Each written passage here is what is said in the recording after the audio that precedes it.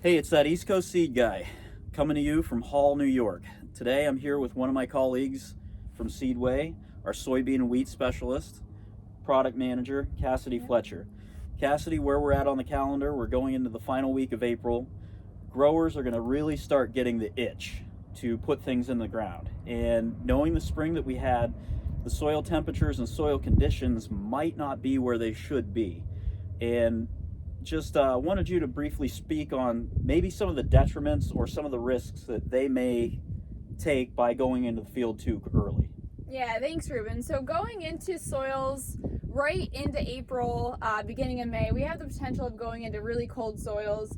The general consensus is for corn or soybeans, we're looking at 50 degrees is that minimum temperature we want to be at. Today we're out here, it's about 30 degrees. Temperatures in the soil might not be there. That first 24 hours of once that seed gets planted is the most critical time for that seed. So we don't want it to be taking up that cold water. When it does do that and we put these seeds into soils that are too cold, a lot of times we can make that seed weak. That's when we start to get disease. We start to see some insects come in. So we really break that seed down and don't give it a fair shot to get out of the ground like it should. Sure. Well, along with that, I know some growers, the amount of acres they have to get over, they're really going to say, hey, I got to get into the field. So if that's the case, if they feel like I'm going, what are some things they can do or some products potentially they could be using to help set themselves up and mitigate their risk? Yeah, so as it seems, farms keep getting bigger and we keep pushing that planting date forward. So if we have to go in early and we are pushing that planting date where the soils aren't where they should be, when we talk about soybeans here, we're really talking about seed treatment going in. So if you're going in early with soybeans, you really need to have that seed treatment that includes that fungicide and insecticide. So with that on there, what that does is it gives that seed a protective coat so that when it goes into these cool soils, it almost gives it an immune system. So it can fight off those diseases, fight off those insects, so it gets a little bit better chance to get out of the ground and get that stand that we're looking for.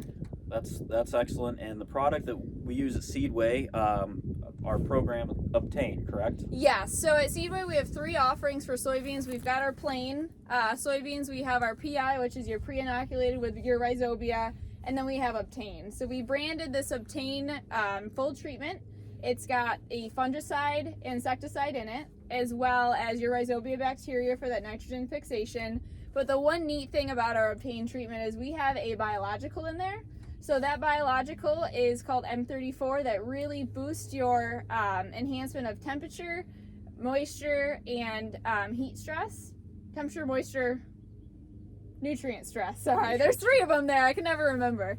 So what it does is it mitigates that soybean. So if those levels are too high or too low, if it gets too cold or too hot, it's a natural bacteria to the plant. So it's able to take it up and it's a season-long protection.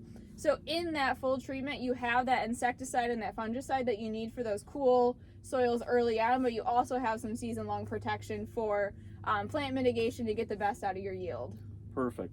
Well, just like that, obviously here at Seedway, we not only have the seeds, but we have the corresponding products to go with it to help set you up for success. So be sure to check us out online, check us out on social media, and also be sure to check out that East Coast Seed Guy on YouTube and Instagram. Thank you. Thank you.